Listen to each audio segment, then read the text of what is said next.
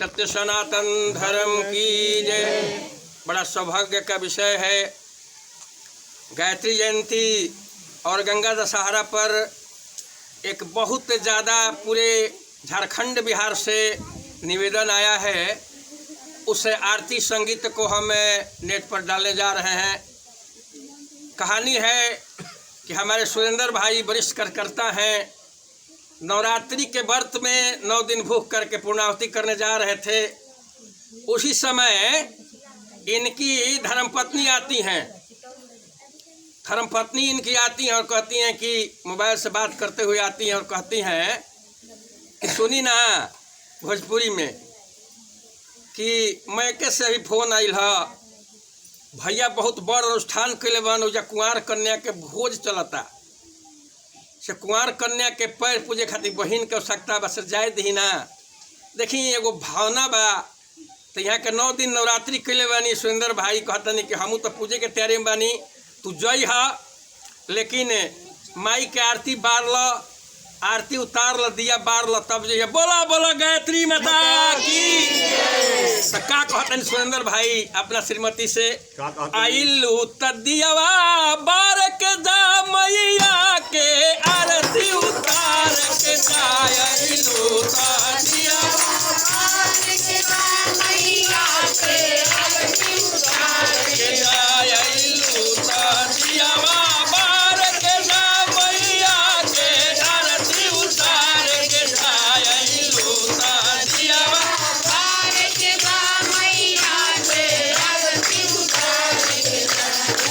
अपन जिंदगी सवार के जा, तू अपन जिंदगी सवार के जा, तू अपन जिंदगी सवार के जा, तू अपन जिंदगी सवार के जा, तू अपन जिंदगी सवार के जा, आइलू तदियावा बार के जा मैया के आरती उतार के जा, आइलू तदियावा बार के जा मैया के आरती उतार के जा। मैया के द्वारे जोड़ावे, मैया के द्वारे जोड़ावे, बिन मांगे झोली भर जावे, बिन मांगे झोली भर जावे, मैया के द्वारे जोड़ावे, मैया के द्वारे जोड़ावे, बिन मांगे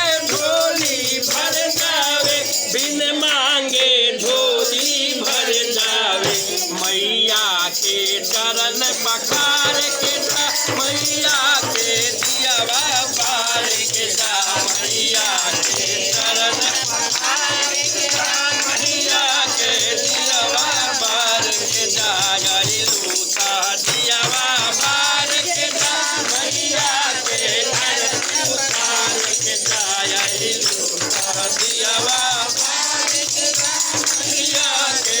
आरती उतार के जा। लेली प्रज्ञा अवतार माई, लेली प्रज्ञा अवतार माई, लेली प्रज्ञा अवतार माई, लेली प्रज्ञा अवतार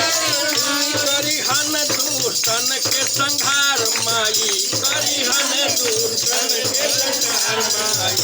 धुन धुन पायल झनकार के जा मैया के आरती उतार के जा, धुन धुन पायल झनकार के जा मैया के आरती उतार के जा, आइलू तदियावा बार के जा मैया के आरती उतार के जा। जब जब धरती पर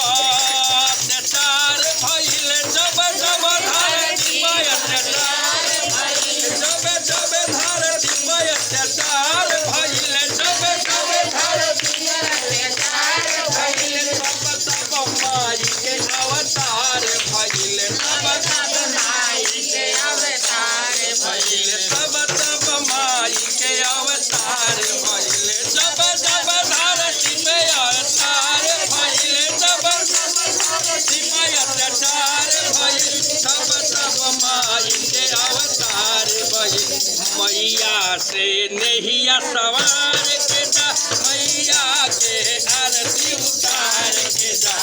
मैया से मैया मैया के आरती उतार के जाइलू दियावा बार के ना मैया के सबके दुख हरता है माई सबके दुख हरता है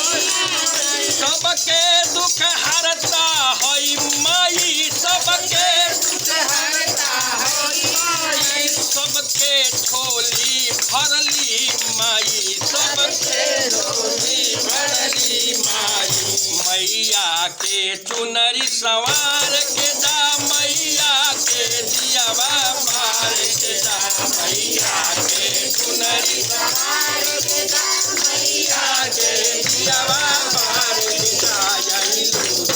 दियावा बार के जा मैया के आरती उतार के जा आइलू